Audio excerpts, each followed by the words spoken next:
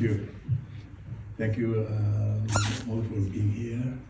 And I'm very grateful to Loyola University and Casa Árabe for giving me the opportunity to talk about Sudan political situation. But I learned very early that art is a continuation of politics by other means. So I don't feel I'm comfortable presenting myself as an artist and talking about political situation in this complicated country that we call Sudan. So I think all countries are complicated, but mine is very complicated. So when I say that I am an artist, it could be anything, because art is a vast space of liberty. Anything can happen in art. And I remember one day I discovered that an American artist, Chris Burden, asked one of his friends to shoot him on the arm because he wanted to present a performance, artistic performance. I said, well, I don't want to be an artist, I am just an image maker. And image maker is more precise than artist. And I mean, I make images with my hand, and I make images with the intention to influence people implicated in social conflict. So this image that you see here, it's I love you with my iPhone. It's inspired by the painting of French painter Jacques-Louis David. David is one of these painters of the French Revolution. So he glorified Marat, and Marat was assassinated in his bathroom. So I just changed the head of Marat by the head of Osama bin Laden, because Osama bin Laden was at first, when he appeared in the political scene of the Middle East, he was some kind of liberty fighter, because his organization, Al-Qaeda, was trained and equipped by the CIA. At that time, they were just fighting against the Soviet army in Afghanistan. And of course, they managed to fight the Soviet army and chase the Soviets from Afghanistan. And at that time, Osama bin Laden was considered as a liberty fighter. He was a hero. He was a friend of the civilized world. Then, when Osama bin Laden finished his Afghani war and turned to what's going on in Saudi Arabia and in Muslim countries, and said, well, now all these Americans and Europeans should leave the Muslim countries. Then he became public enemy number one, and he became the biggest terrorist in history. And of course, that was still the end of the Cold War. So Osama bin Laden became persona non grata, and he found himself in the 90s in Sudan as a businessman, and he just found this factory that was bombed by Bill Clinton at that time because it was suspected to be chemical arms factory. So this is another image that I made, St. George flying the dragon at the International Food Aid. Of course, I did this after the Iraqi war. Of course, after Raphael, this great painter of the Renaissance period, Raphael did St. George slaying the dragon and saving the beautiful lady. But here, during the Iraqi war, we have this George W. Bush, who attacked Iraq, and he killed the dragon, Saddam Hussein, that time. and he killed the international, he killed the Iraqi people, and he killed the Iraqi museum, Baghdad museum, and he killed the international food, and he killed everybody. So this is what it was, some sort of a big misunderstanding of the political situation of the world at that time. So I was just commenting this this kind of situation.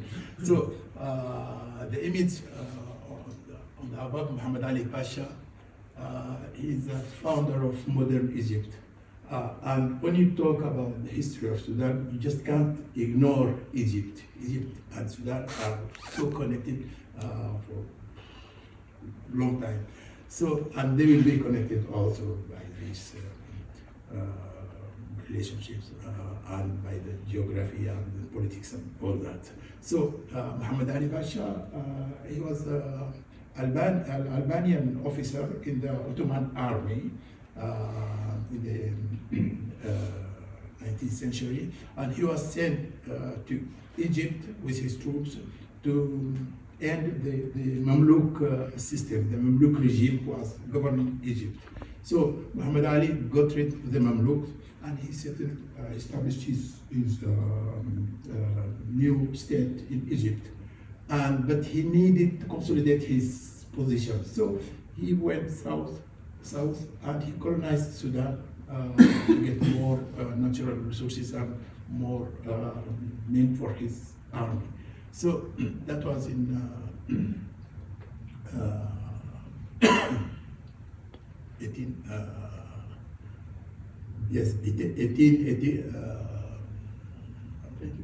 21, sorry. 1821. And this situation of the Egypt colonizing Sudan lasted for more than half a century, and after that, it was ended by this man, Muhammad Ahmad al-Mahdi, the founder of the Mahdist state. The Mahdist state was state functioning, of society functioning according to the pre-capitalist mode of production. And the Mahdist state was a fighting state. I mean, they were just for 13 years, they were just fighting in different fronts, and they wanted, they have this universalist, it's not, of course, the Mahdist state today is considered by most of the Sudanese as a nationalistic ambition and nationalistic situation, but it has nothing to do with the idea of the nation. It was some sort of universalist state, and they just wanted to spread justice all over the universe. So the Mahdist state was destroyed by Anglo-Egyptian condominium. The Anglo-Egyptian condominium was this some sort of a split between Egypt and Great Britain. They decided, of course, it was not a real sharing of authority on Sudan, because Egypt was colonized by the British in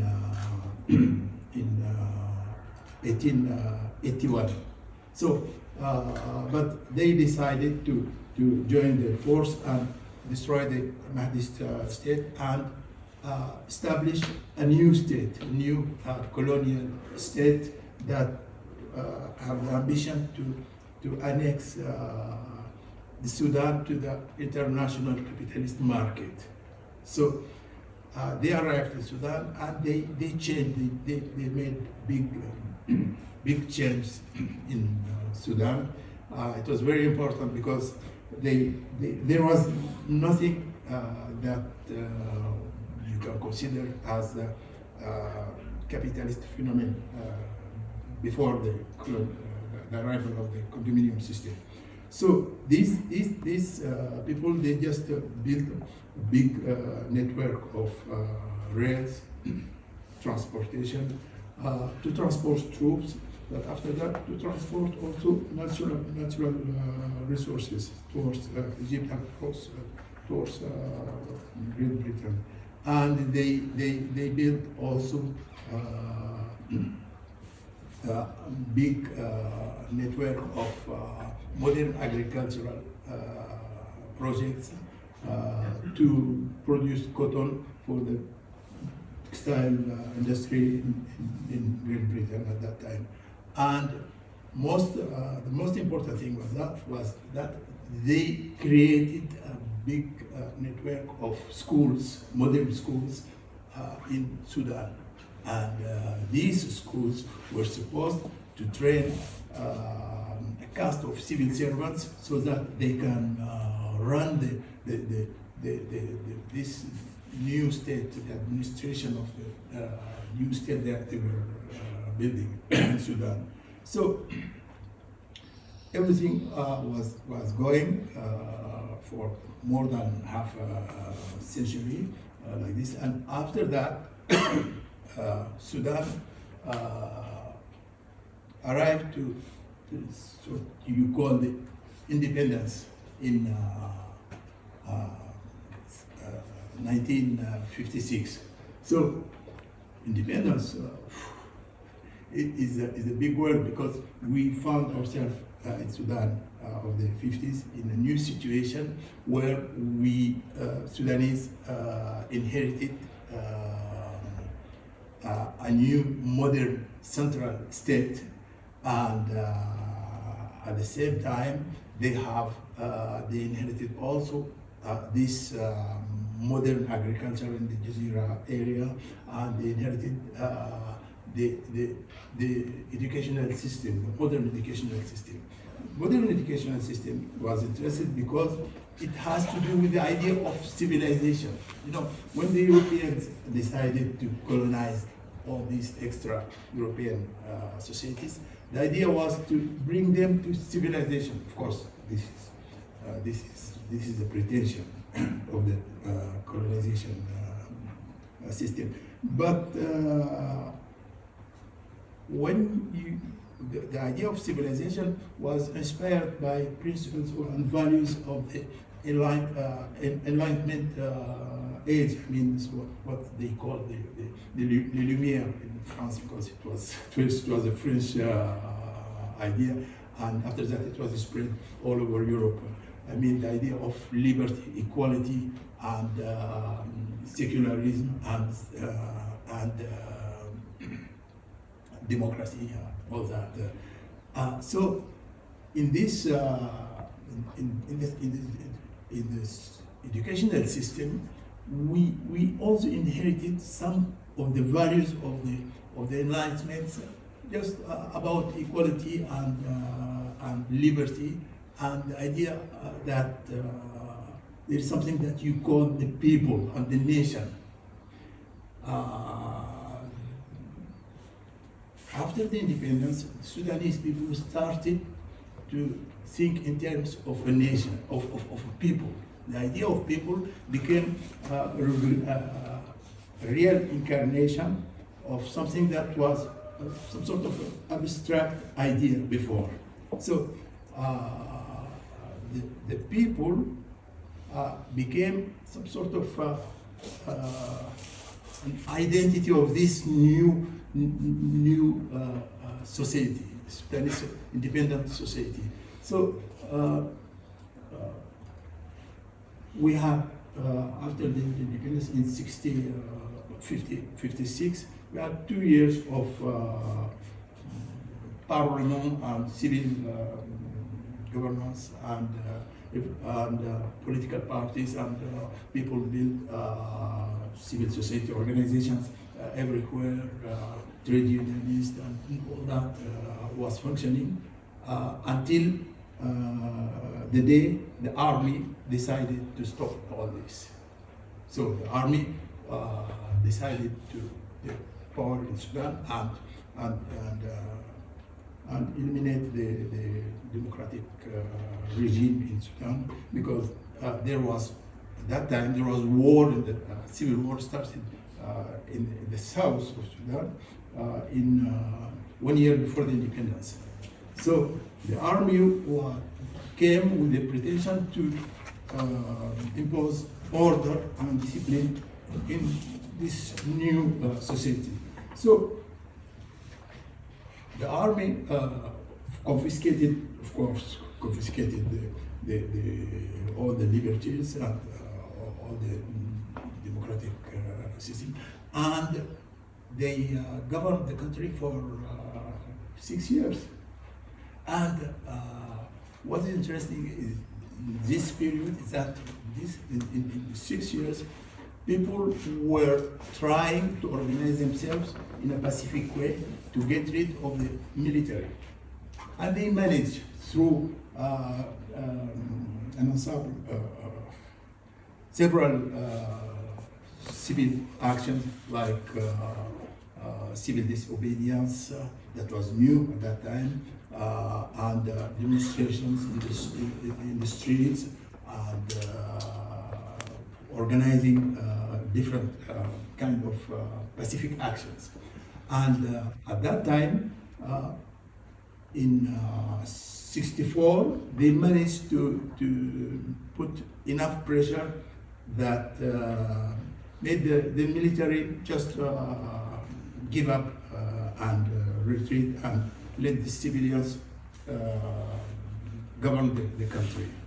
This was a very important experience in the political history of Sudan. We call it the October Revolution of 64.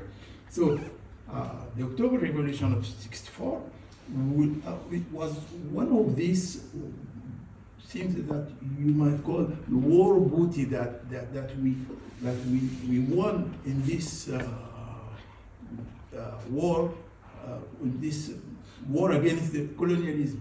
I mean, a war booty is something, objects or things or goods that the conqueror take from the conquered. But when you apply this idea of a war booty in the cultural domain, the war booty is something that the conqueror share with the conquered. So the idea of the people, the nation, and the patriotism and all those ideas, they came from European origin. But we took them, we appropriated them, and now we are using them against the dictatorship. Each time there is military regime that confiscate the democracy.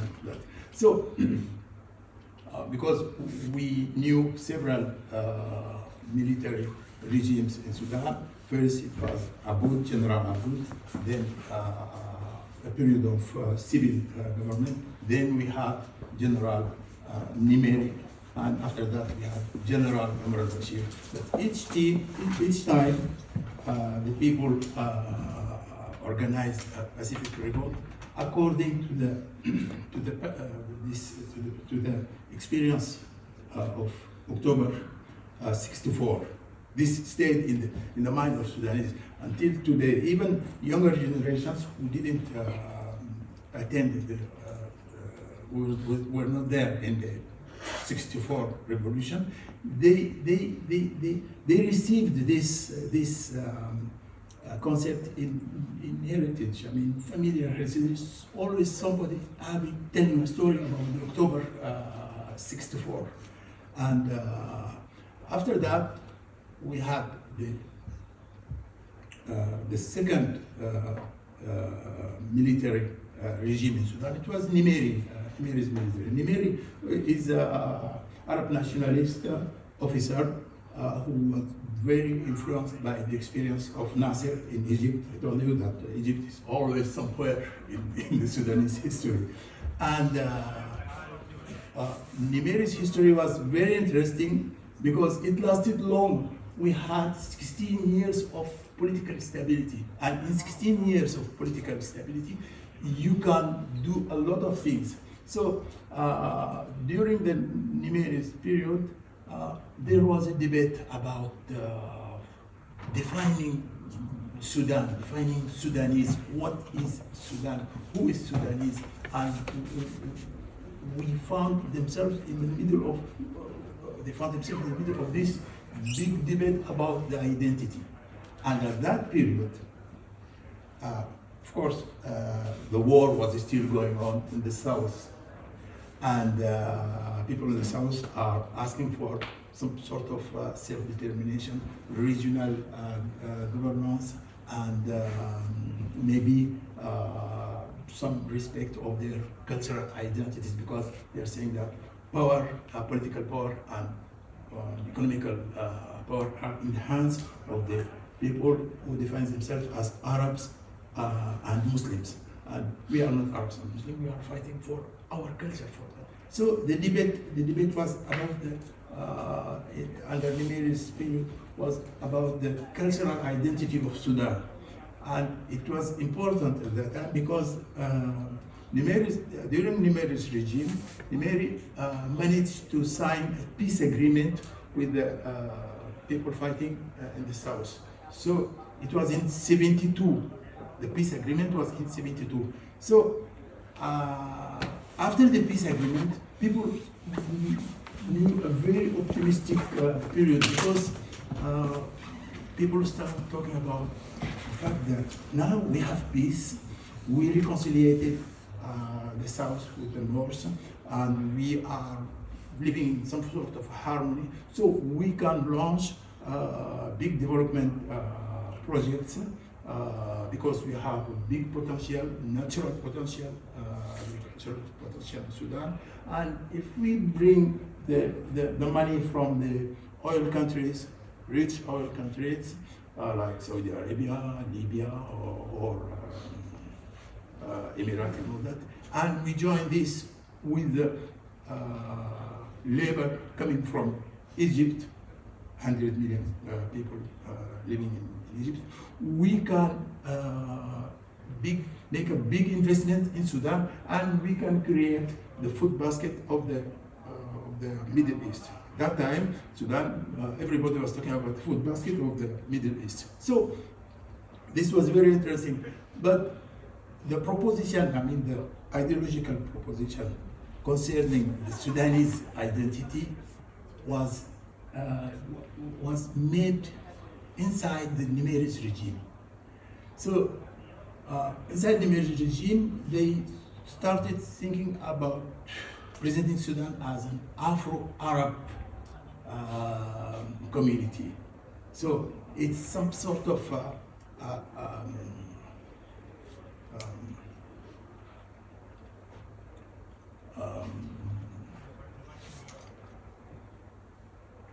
a mixture, a crossbreeding. So I was looking for it was some sort of a crossbreeding, Afro-Arab crossbreeding society.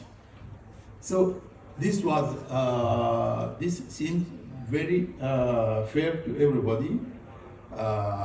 Just we are mixing the Arabs with the Africans and all that. And at that time, people like the artist Ibrahim Salahi, this is his painting, and Ahmed Shibrin, the painting, the previous painting. They came. They were pioneers of art in Sudan, and they were teaching at the art school. And they come with this idea of the school of Khartoum. I mean, Sudanese art should express the Sudanese identity, and then the Sudanese identity is a mixture of Arabs and Africans. So they took Arabic calligraphy, and they mixed in their paintings, they mixed Arabic calligraphy with what they call at that time African primitivist patterns. And they made this kind of images. And it was very successful because it was new. And the political authority also enjoyed this because they give content to the political pretension. So, everybody was happy that at the same time, some group of younger poets, Muhammad Abdul Hayy, Muhammad al-Makki Ibrahim, Nur Osman al-Bakr, these guys, they came with another idea. They were saying that, well, we write poetry in Arabic. We are Arabs, but we are also Africans. So we bring African sensibility to the Arab literature. So they came with this thing that they call the school of the forest and the desert. And what is important with this group of young poets is that they proposed some sort of utopia for New Sudan. I mean, they proposed what they call the return back to Sinnar. Sinnar was the capital of the Funj Sultanate. The Funj Sultanate was a sultanate, sort of small principality in the central Sudan, and it was made in some sort of a political alliance between the Bedouin in the north and the cattle raisers in southeastern Sudan. So these poets, they proposed this community of Sinnar of the 16th century as a model to follow to create this new Sudan. The trouble in this new ideal city is that Sinnar was a Muslim sultanate. Sinnar was ruled by Muslims, whether they are Funj or Abdalabi. So in Sudan of the 70s, with people speaking more than 100 different languages, you just can't come and say, well, we propose Sinnar as a model for new utopia. So, but the political authorities of Nimeri was very happy with this return to Funj Sultanate of Sinnar. So maybe because deep down in the heart of Nimeri's regime was this idea of making unity, national unity, respecting the cultural diversities of the different components of the society, but the whole thing should be within the frame of Islam. So it was very interesting to see at that moment how art and culture could be mixed with political ambitions of the regime. So, of course, the problem with Nimeri's regime that it was the 70s, and in the middle of the 70s there was a big international economical crisis, and Nimeri's regime and Sudanese society, like so many different African societies, found themselves in a very big, difficult situation.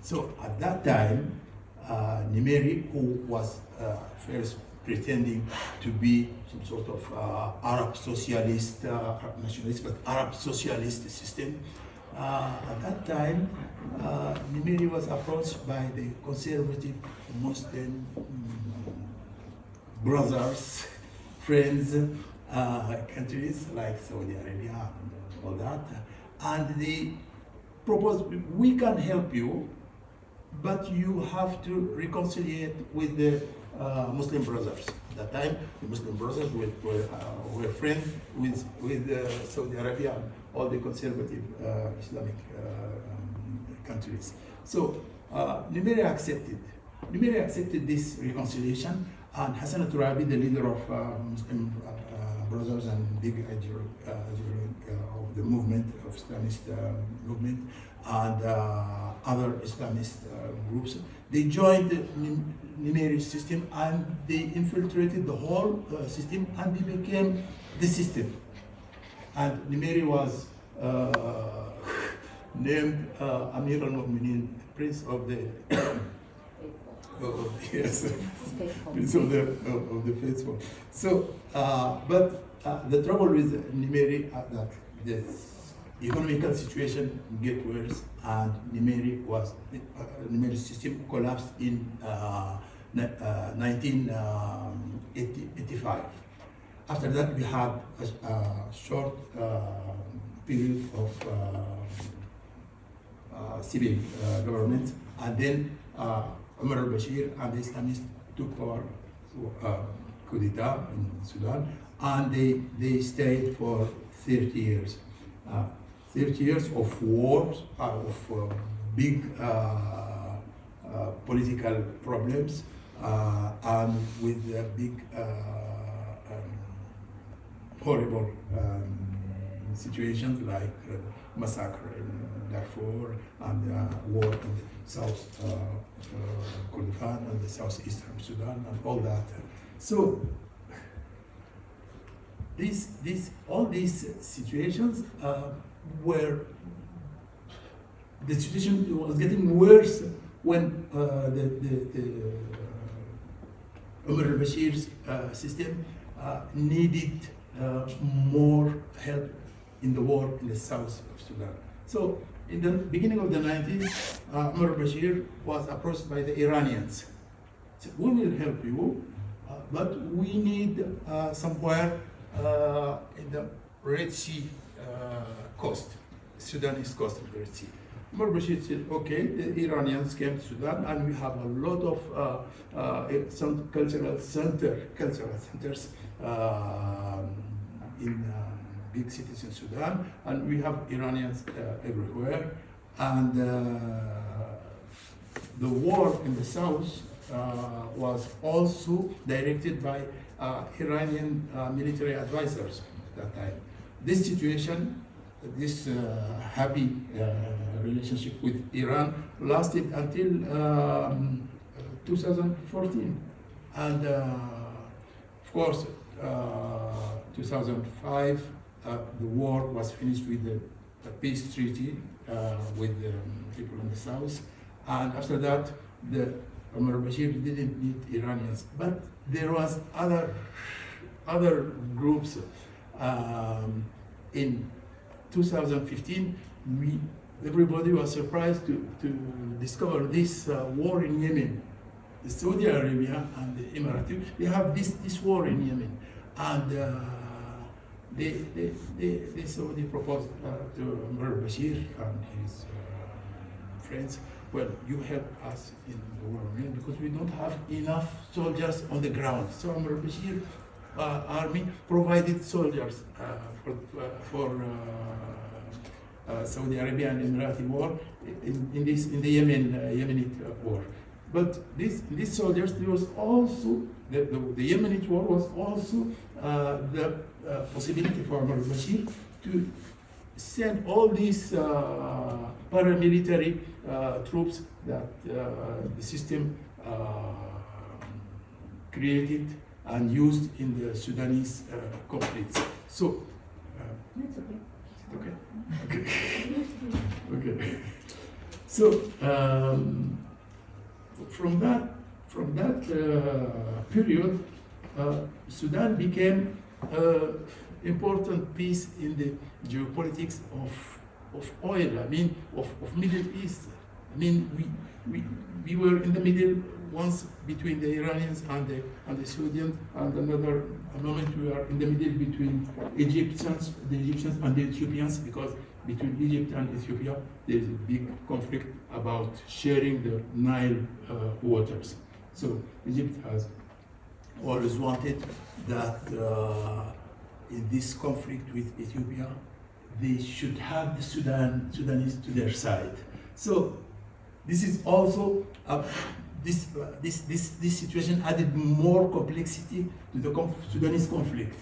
So, and there was also another problem. I mean, when the war started between the paramilitary troops of Dagalo and the regular army of Burhan, the civilians found themselves in the middle between two fires. And the civilians, they don't have arms. They just try to protect themselves, saying that we hope we cross this difficulty with less damage. So the people are saying that today in Sudan, that the both military groups cannot stop this war because they don't want to stop this war because it's war against the civilians. I mean, because what do the civilians want? They want democracy. They want a secular system. Okay. Okay. Thank you. And but democracy today in the Middle East or in Africa, it is impossible for everybody. Nobody wants democracy. If you look around the countries around Sudan, there is no democracy. No democratic society. And if you look to the Middle East countries, there is nobody is talking about democracy. So people in Sudan, they said, well, we are in some sort of a dilemma. So this is where things could be illustrated by this old fairy tale that Sudanese tells from time to time. I'm going to finish with this. It's about a man very hungry, just walking in the bush during starvation time, or most of the times are famine times, and he was just looking for something to eat.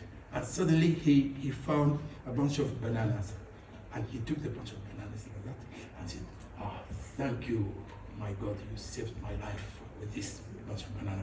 And he noticed that there is one rotten banana at the end of the bunch of banana. He said, well, this is a banana, I'm not going to eat this banana, so I throw it. He took up this banana and threw it, and he went his way. 2 days after that, another man, he's even more hungry than the first one. He was just going around the bush looking for something to eat. And suddenly he found this rotten banana in the ground. And he said, oh, thank you, my God, you saved my life. And he took the rotten banana and he peeled it and he ate it and he threw this banana skin on the ground. So 2 days after that, there is a third man. He is very hungry and he's just, he could eat anything. So this guy, he was just going in the same place and he found this black rotten banana skin. So he took the banana skin and said, thank you, my God, you saved my life. And he ate the banana skin. So the Sudanese situation today is that either you go in your war to the end, you die, or you accept some kind of tyrannic regime that the powerful neighbors of Sudan might choose for you, and you accept that. And I think it's, of course, it's very pessimistic. But if you know that another solution for the Sudanese crisis, please go ahead. Thank you.